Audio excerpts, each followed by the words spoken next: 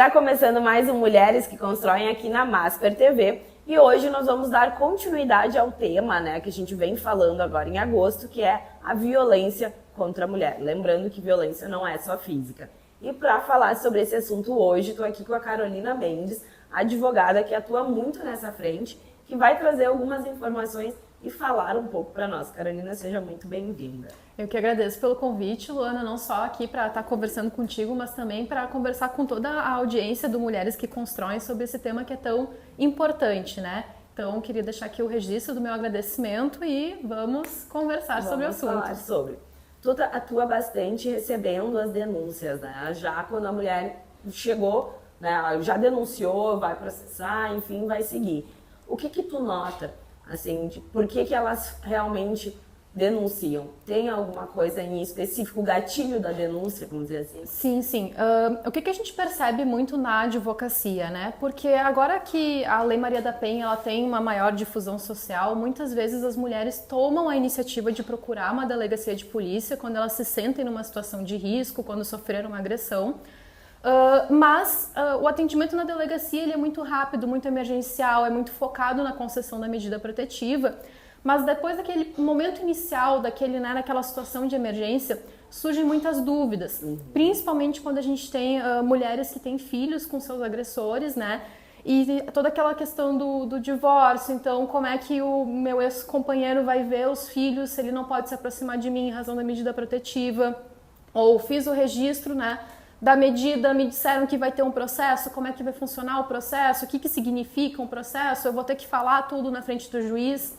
Então a gente percebe muito a busca da advocacia pelas vítimas muito depois desse momento inicial, né? E por que isso? Porque nenhuma mulher é obrigada a ter um advogado para pedir socorro ao Estado quando ela está numa situação de violência, né? Então nenhuma mulher é obrigada a fazer esse custo, né, esse gasto com o advogado para pedir uma medida, mas muitas vezes surgem dúvidas naquele momento posterior. Então é muito aí que a gente percebe, né, a busca do auxílio do advogado, usualmente o advogado criminalista, né, para esclarecer essas dúvidas iniciais que surgem. Mas, ok, ela não procura num primeiro momento, mas vocês orientam, né, sobre todos os passos a partir daí. E com a tua experiência, tá, o que tu vê já que elas poderiam já fazer né, no momento ali da denúncia, porque muitas vezes a delegacia não está preparada para receber essa denúncia. Tá? Então, o que mais ela pode fazer? O que a gente percebe muito assim, né? Quem é vítima de violência, né? Mulheres que passam, e aqui é importante a gente dizer que violência não se fala só de violência física, mas de violências psicológicas, violências emocionais, ameaças, xingamentos, né? É muito claro para a vítima, é muito evidente que ela sofreu aquilo. Mas em um processo judicial, quem vai julgar, quem vai olhar aquela situação e ver, olha, ok, aconteceu essa situação, a partir disso precisa ser tomada tal medida com relação aos filhos, precisa ser aplicada uma pena a esse agressor, ele precisa ser, né, em situações extremas, encaminhado ao sistema prisional, é um juiz que é uma terceira parte isenta. O que significa isso? O juiz não está ao lado da vítima quando ela sofreu aquela agressão. Então, quanto mais provas a vítima conseguir desde o primeiro momento levar à delegacia de polícia, isso vai auxiliar o juiz a conseguir se aproximar mais daquela situação. Então, exemplos clássicos, né? Muitas mulheres, quando sofrem ameaças, hoje em dia, acabam sofrendo pelos aplicativos de mensagem, né? Poderia citar aqui talvez o WhatsApp, que é o mais comum, mas a gente pode ter N aplicativos. Então, recebi uma mensagem de cunho ameaçador do meu ex-companheiro, não apaga essa mensagem, né? Às vezes naquele momento ali de ansiedade, de desespero, a gente sai apagando, sai bloqueando, mas no momento de registro de ocorrência é importante levar isso à delegacia. Ou sofri uma agressão na frente de uma pessoa, na frente de uma testemunha, leva o nome dessa testemunha para a delegacia. Então, mesmo que tu não procure o auxílio do Estado acompanhado de um profissional da área do direito, né, de um advogado, é importante levar o máximo de provas que tu conseguir, porque isso depois pode ser fundamental para o processo. E pensando naquela mulher que tem filhos, né, porque hoje eu vejo que a questão financeira, tanto de ficar, não trabalho, é o marido que sustenta a casa, ele que detém o dinheiro, né, o recurso, é um dos fatores que mais faz as mulheres ficarem, né, estarem nesse tipo de situação. Quais são os direitos dessas mulheres com relação a isso? Porque eu já ouvi pessoas, eu não me separo porque senão ele não vai pagar pensão, eu não vou conseguir sustentar os meus filhos. Eu não me separo porque sozinho eu não consigo dar conta. Mas ele continua tendo as obrigações dele quanto pai, quanto, enfim, pai das crianças. O que essas mulheres têm de direitos? Um caso que a gente pode pegar como exemplo para ter uma boa noção sobre isso, porque está na mídia e é claro que a maior parte das mulheres não enfrenta a mesma situação, mas é o caso da própria Ana Hickman, né? Por que eu estou trazendo esse caso? É claro que a Ana Hickman é uma mulher que tem um grande poder financeiro, um grande poder econômico, mas o caso dela trouxe muito essa questão para a imprensa, no sentido de mostrar que a própria Lei Maria da Penha traz mecanismos, né, que colocam a guarda dos filhos de forma unilateral para a mãe, né, vítima de violência. Então, isso é um instrumento que vem em favor da mulher vítima. E por que isso, né? Porque é muito difícil a gente ter uma guarda compartilhada, no qual eu tenho que tomar as decisões sobre o meu filho, que vão desde o plano de saúde, escola, né, junto com o meu agressor. Então, por exemplo, esse é um dos mecanismos. E é importante ressaltar que o fato de a guarda estar com um não isenta o outro de responsabilidade de pagamento de pensão. Então, a pensão, ela não tem relação com a agressão, né? O pai, o genitor, vai continuar sendo o genitor daquela criança, independentemente do que aconteceu no relacionamento dele com a mãe. Então, essas questões econômicas, sim, são protegidas pela Lei Maria da Penha, mas é muito importante que cada caso seja analisado de uma forma individualizada, né? Nesse sentido, sempre é importante procurar ou o advogado ou a defensoria pública, né? Porque a gente está tratando aqui daí não só dos direitos da mulher em si, mas também dos direitos da criança. Mas também não se esconder ou não ficar com medo por isso. Eu não vou, porque ele ameaçou. Tu deve ouvir muito isso também. Ele ameaçou que não vai me ajudar e eu vou ter que fazer as coisas sozinha e eu não consigo. Então, vou me condicionar a continuar sofrendo, a continuar naquele ambiente de agressão por não ter ainda, né, o poder aquisitivo, enfim, para conseguir ficar com as crianças. E o que mais tem? Porque a gente ouve muito, eu tô falando bem leiga, tá? Porque eu nunca fui muito a fundo. Que a mulher vai lá, denuncia, o cara vai preso. Mas Maria da Penha é muito mais do que isso. Você poderia trazer para nós assim, alguns aspectos de proteção realmente que ela tem? Sim.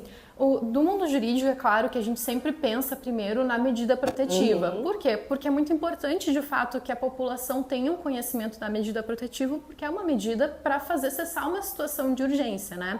Mas a Lei Maria da Penha ela é muito mais ampla, ela determina vários mecanismos, ela determina que o Estado estabeleça uma rede de proteção à mulher, uma rede de auxílio, tanto no âmbito do trabalho. E sobre essa questão que tu traz, assim, né, Luana, e é claro que aqui trazendo também para o âmbito do programa sobre empreendedorismo, a gente também precisa lembrar que não só as mulheres mães têm contatos com seus ex, a gente tem muitas mulheres empreendedoras que muitas vezes abrem um negócio com seu companheiro e sofrem situações de violência e, em razão do negócio, acabam se mantendo naquele relacionamento. Então, por exemplo, a Lei Maria da Penha, ela também traz dentro do âmbito do trabalho, né, essa proteção para a mulher. A gente tem vários mecanismos para que uma empresa possa continuar funcionando sem que agressor e vítima estejam no mesmo ambiente. Então, também acho importante trazer isso para a gente não pensar só na proteção da mãe, né? Claro que a proteção da mãe é muito relevante, mas a gente tem muitas mulheres empreendedoras que não são e não querem ser mães e nem por isso elas estão excluídas do âmbito de proteção da Lei Maria da Penha. Aí a gente pensa muito em violência em casa, né? Isso já é uma violência fora do ambiente de casa, mas que acontece no trabalho, enfim, numa sociedade. E a lei também traz essa proteção, então, para todos. Porque eu acho que a gente fica muito no da violência agressão em casa. A Lei Maria da Penha, em específico, ela protege a violência doméstica e familiar. Então, relações afetivas, né? Então, que vão desde o namoro até o casamento, união estável, enfim, seja que título se dê a esse relacionamento, né? Mas também relações familiares de parentesco, né? O que a Lei Maria da Penha não protegeria? Uma relação de trabalho pura, né? Mas isso não significa, relação de trabalho pura, eu digo que o empregador não tem um relacionamento afetivo, ou ele não é parente da vítima, né? Então só o chefe e sua funcionária. Mas isso não significa que não existam outras leis que protejam essa relação. Por exemplo, a gente tem o crime de assédio que está lá no Código Penal, né? Então, não só a Lei Maria da Penha traz mecanismos de proteção à mulher, mas também outras legislações. Então, a gente sempre é importante individualizar cada caso, cada necessidade, para a gente conseguir compreender qual que é a necessidade daquela mulher e orientar ela da melhor forma sobre qual rede de apoio que ela vai precisar procurar. É mais importante isso que tu trouxe, porque tem mecanismo de defesa, né? Porque agora, trazendo essa questão de trabalho, fica mais evidente a questão do poder aquisitivo, poder financeiro, né? Que na maioria das agressões é quem tem o maior poder aquisitivo fazendo isso, né? Deixando a mulher, e na maioria das vezes eles querem falar isso, que a mulher, tu é minha funcionária, eu posso te demitir, eu que mantenho a casa e tu vai ficar na rua sem nada, né? Então é importante essa tua fala de que tem direitos, não só a Maria da Penha, tem outras leis que ela pode também se valer, pode buscar para ser protegida, né? Que eu acho que o intuito dessas leis é, na verdade, proteger, que não aconteça. Sim, com certeza. A gente tem um livro que é bem legal, assim, para quem não é da área do direito, quer entender um pouquinho mais sobre, né, como é que funciona violências até no âmbito do trabalho, que se chama Primeiro Eu Tive Que Morrer. Me foge agora o nome da autora, mas ele está super em alta, né? Quem conseguir procurar aí na internet vai certamente achar esse livro, que traz bem esse exemplo de uma relação de violência de gênero, né? Que não necessariamente implica na aplicação da Lei Maria da Penha, porque não tem ali um relacionamento, né? Mas uma violência em ambiente de trabalho. Então, para quem tem dúvida, nossa, como é que eu identifico? Será que eu estou passando por essa situação? Será que eu não estou? Às vezes é muito legal se socorrer na literatura, né? Porque a vivência do personagem, às vezes, é a nossa vivência, e isso nos ajuda a interpretar aquela situação e buscar ajuda quando necessário. Sim. O papo tá muito bom, tem muita informação, mas a gente vai rapidinho para um café e já volto aqui com a Carolina trazendo mais informações. Fica aqui comigo. Voltamos e, gente, perdoe minha voz, tá? Com esse clima aqui no Rio Grande do Sul, um dia 30 graus, outro dia 2, sofri um pouquinho, mas vamos voltar ao nosso tema. E eu queria que tu falasse mais com relação à proteção à violência psicológica, né? Porque eu acho que a mídia já traz um pouco mais a agressão física, né? Mas eu queria que tu falasse um pouquinho mais dos mecanismos de defesa. A violência psicológica ela é muito curiosa, porque quem é vítima de violência psicológica sabe o quanto isso dói, o quanto isso machuca. Muitas vezes as mulheres, quando a gente faz atendimento de vítima, elas reclamam muito mais das sequelas psicológicas de uma violência do que propriamente das sequelas físicas, né? Mas é um crime que ele foi muito recentemente tipificado no Código Penal. O que significa recentemente tipificado no Código Penal? Significa que até pouquíssimos anos atrás não era nem crime em violência psicológica. Então, a justiça tinha que fazer um grande esforço para encaixar as condutas que machucam psicologicamente a mulher dentro de outros crimes. Mas o que é importante a gente também ter em mente, falando aqui do mundo do trabalho, do empreendedorismo, com relação à violência psicológica? É um crime que está no Código Penal. O que significa isso? Que não se aplica só em relações de namoro, em relacionamentos, naquela relação dentro de casa a dois, como às vezes as pessoas têm essa falsa sensação. Mas ela se aplica em qualquer relacionamento em que a vítima seja mulher de agressões que machuquem ela psicologicamente, inclusive dentro do âmbito do trabalho.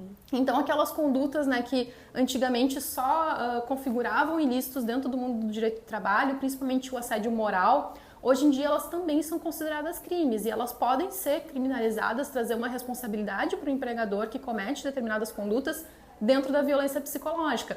Então, eu acho muito legal trazer isso aqui na questão desse programa, né, que tem esse foco no empreendedorismo feminino, para a gente também ter em mente que não só aquele relacionamento amoroso nos dá o direito a buscar socorro numa delegacia de polícia, a buscar ajuda num CRAS, a buscar um escritório de advocacia para procurar orientação, mas todas as violências que acontecem também no mundo do trabalho, né? Então, eu acho que o crime de violência psicológica ele é muito importante. Ele vem aí, né, para ajudar as mulheres que já sofriam assédio moral, que já sentiam isso na pele, mas tinham muita dificuldade em buscar ajuda do Poder Judiciário nesse sentido. Isso encaixaria a questão de assédio, não só aquele claro, de dizer, não vai ter essa promoção se não fizer tal coisa. Mas eu acho que de passar mais trabalho para a mulher, de começar a perseguir ela dentro da empresa, né? Tudo isso configura também. Várias condutas. Dentro do ambiente de trabalho, a gente vê também aquela questão da exclusão, né? Então, aquela funcionária que está lá e toda a equipe ganha o trabalho, aquela funcionária não. Aquele chefe que ignora a funcionária, que não fala com ela, que passa uma sobrecarga de trabalho. Todas aquelas questões que levam ao burnout, né? E aqui, é claro, aqui eu estou falando como advogada e não como psicóloga, não é minha área de formação, mas são diversas condutas dentro do ambiente de trabalho. As cobranças excessivas, aquelas piadas que não cabem, né? Que podem tanto para o âmbito do assédio sexual quanto para o âmbito de violência psicológica. Então, toda conduta que diminua, que cerceie, né? Que faça com que essa mulher não tenha o pleno desenvolvimento dela, né? Então, tudo isso pode sim ser resguardado pelo direito, e toda mulher que sente que está numa situação ali no ambiente de trabalho que não está confortável, né, que está extrapolando o que seria o trabalho dela, pode sim procurar ajuda, tanto de advogado quanto de uma delegacia da mulher ou de uma delegacia comum, né, para buscar assim os seus direitos. E tu falando questão de ajuda, onde essa mulher busca? Pensando na mulher do interior, né? A gente na cidade também precisa, tem mais meios, eu acredito, de denúncia. Pensando naquela mulher mais vulnerável, que trabalha, né, naquela empresa mais conservadora da cidade, ou que também já é uma família mais conservadora do interior. Como ela busca ajuda? A gente tem várias formas de buscar ajuda, e é sempre importante a gente pensar que, do meu ponto de vista, é claro, né, a melhor forma é a mais adequada para aquela situação em específico, né? Então é muito difícil generalizar. Mas aqui no estado do Rio Grande do Sul, a gente tem, por exemplo, a Delegacia de Polícia Online, que ela abrange todo o estado do Rio Grande do Sul, e no próprio site da Delegacia de Polícia Online tem uma aba específica para violência contra a mulher, né? Que daí englobaria os casos de Maria da Penha, mas outros casos que não entram na Lei Maria da Penha podem ser denunciados na Delegacia Online. É muito fácil, é basicamente um passo a passo, né? Só não podem ser registrados na Delegacia Online os crimes que dependem de perícia, né? Então, se tiver machucado, lesões, enfim, daí precisa de uma delegacia presencial. Qualquer mulher pode procurar qualquer delegacia, não é uma exclusividade das delegacias especializadas, então se a tua cidade não tem uma delegacia da mulher, pode procurar qualquer delegacia de polícia. As cidades do interior costumam ter uma assistência social, um CRAS, um CRES, também são centros que podem procurar ajuda, e também com a advocacia. As pessoas têm o conceito, muitas vezes, que o advogado está ali só para fazer a defesa, né? E aqui eu falo como advogada criminalista, mas isso é um conceito equivocado. O advogado ele também pode atuar na assistência para vítimas. Então, tanto o advogado quanto o defensor público podem sim, né, ter autorização da nossa legislação para atuar em defesa das vítimas. Então, também é uma via de procurar acesso à justiça. Procurar o advogado para conseguir no mecanismo certo. Não sei onde vai se enquadrar, não sei para qual delegacia especializada. Pode procurar o advogado também para ter esse direcionamento. Com toda certeza. E pensando agora no cenário, né, que a gente viveu recentemente, das enchentes, tá? No âmbito da advocacia, tu sentiu que isso mexeu, trouxe mais à tona? Talvez as mulheres estão denunciando mais? Tu sentiu alguma movimentação? Sim. O que a gente sentiu assim na advocacia, principalmente no mês de maio, junho, né? O pós-enchentes, o momento de enchentes, né? A estrutura física do Poder Judiciário, ela fechou. Aqui em Porto Alegre ainda está fechada, mas na maioria das cidades do interior já reabriu. Então, a gente teve um pouquinho mais de dificuldade de acesso físico às estruturas do Estado, porque sim, foram afetadas e isso é algo que está fora do nosso controle. Mas os serviços online continuam funcionando, né? A gente está tendo, por exemplo, os juizados de violência doméstica fazendo todas as audiências online para não deixar de prestar um serviço à população. Então, por isso que eu sempre recomendo que as pessoas conheçam a delegacia online, saibam como é que funciona, é bem fácil, passo a passo, qualquer pessoa que tem um acesso ao celular consegue registrar a ocorrência e procurar auxílio quando é necessário, porque realmente sim, a gente sentiu um pouco o impacto, né, nos atendimentos presenciais. Então, sempre ali o virtual veio muito para nos auxiliar nesse sentido, né? Depois a gente vai deixar aqui também os telefones, né? Porque às vezes a pessoa até procurar, pensando naquele ambiente realmente que a mulher está sofrendo agressão, até uma pesquisa de celular é complicado, né? Sim. Pesquisou alguma coisa no Google, que eu acho que deve ter esse medo de tudo, pensando na pessoa que está sendo agredida, todos os passos, tudo que ela vai buscar ajuda, vem com um pouco de culpa também. Eu vou entrar na internet para buscar ajuda. Nossa, eu estou fazendo isso, escondi isso. Muitas delegacias, né, de muitas cidades, mas aqui a gente também precisa entender que algumas cidades menores isso é um pouco mais limitado, mas já contam com canais de WhatsApp, por exemplo. Então, uma forma da gente buscar ajuda sem verbalizar um contato, né, num telefone, por exemplo, que pode gerar ali alguma situação de risco, é salvar ali um WhatsApp, né, de um socorro, como, não sei, a gente vê muitos vídeos das pessoas, né, pizzaria, teleentrega, enfim, é uma possibilidade, né, mas é sempre importante uma mulher que está numa situação de risco, de violência, né, caso ela tenha essa possibilidade, ela tentar contar ajuda de familiares, amigos, né, não enfrentar isso sozinha. E por que eu digo isso? Porque muito mais do que um olhar jurídico, né, sobre o assunto, é muito difícil uma mulher conseguir se empoderar e perceber que não, agora chegou o momento, agora eu vou dar esse passo. Então, muitas vezes, quando ela procura ajuda, né, de uma amiga, de uma vizinha, de algum familiar, isso faz com que ela tenha mais segurança no que ela está fazendo e que também, se ela estiver, né, numa situação de agravamento de risco, até ela ter um socorro do Estado, que ela possa se valer né, da rede dela mesma. Né? E da segurança também, de saber que teus familiares estão contigo, né? Teus amigos estão contigo, apesar de que a gente tem que pensar sempre nos dois cenários, né? O cenário ideal é que a família esteja junto, mas acontece da pessoa que não tem, ou, né, uma rede de amigos, porque como a Karen já em outro episódio também comentou, o agressor ele costuma afastar a pessoa de todo mundo. Então ela já está afastada da sua família, ela está afastada dos seus amigos. Para ela fazer essa denúncia é mais difícil, mas é importante ela saber que tem como, que pode sair dessa situação. Por isso que eu acho que a gente está num momento que a informação, e aqui também a importância desse programa, a importância de estar no YouTube, de estar nas redes sociais, de estar falando sobre esse assunto, né? Cada vez mais as mulheres têm o conhecimento, né? E o conhecimento empodera muito, porque sabendo dos seus direitos, sabendo aonde ir, a quem procurar, isso já dá uma força a mais para a mulher. Então, mesmo que ela não tenha uma família ali que esteja auxiliando ela, mesmo que ela esteja afastada das amigas, isso auxilia muito. Mas não é fácil, né? A gente simplesmente tratar esse assunto como, é só a mulher e lá na delegacia tá tudo resolvido. Não, isso exige emocionalmente muito da vítima, né? A vítima ela já foi vítima de toda uma situação pesada, isso já está sobre os ombros dela e ela ainda precisa, né, acionar todo o sistema. Então, isso sim é difícil, mas é libertador, né? Então, no momento que a gente consegue, é quase como se a gente estivesse numa piscina embaixo d'água, quando a gente consegue sair daquilo e toma aquela arfada de ar. Isso. Tem um livro também que, para quem... Eu sempre gosto de indicar livros, eu gosto muito de ler, mas às vezes eu acho, como eu já falei ali no bloco anterior, né, que a literatura ela nos ajuda a partir da visão de um personagem identificar situações com nós mesmas que talvez a gente não conseguisse identificar. E aqui pensando, né, que nem todo mundo tem acesso a uma terapia, né, a um profissional da área da psicologia, que seria o ideal. Mas o livro é Assim que Acaba, da Colleen Hoover, acho que até tem filme saindo no cinema agora. Ajuda muito fala muito sobre isso, né? Sobre uma mulher que está num relacionamento, como é que ela percebe o que está acontecendo, o que ela faz, o que ela procura. Então, deixo aqui uma recomendação também sobre esse assunto. Legal você trazer isso sobre o livro, porque eu também li ele, o primeiro e o segundo.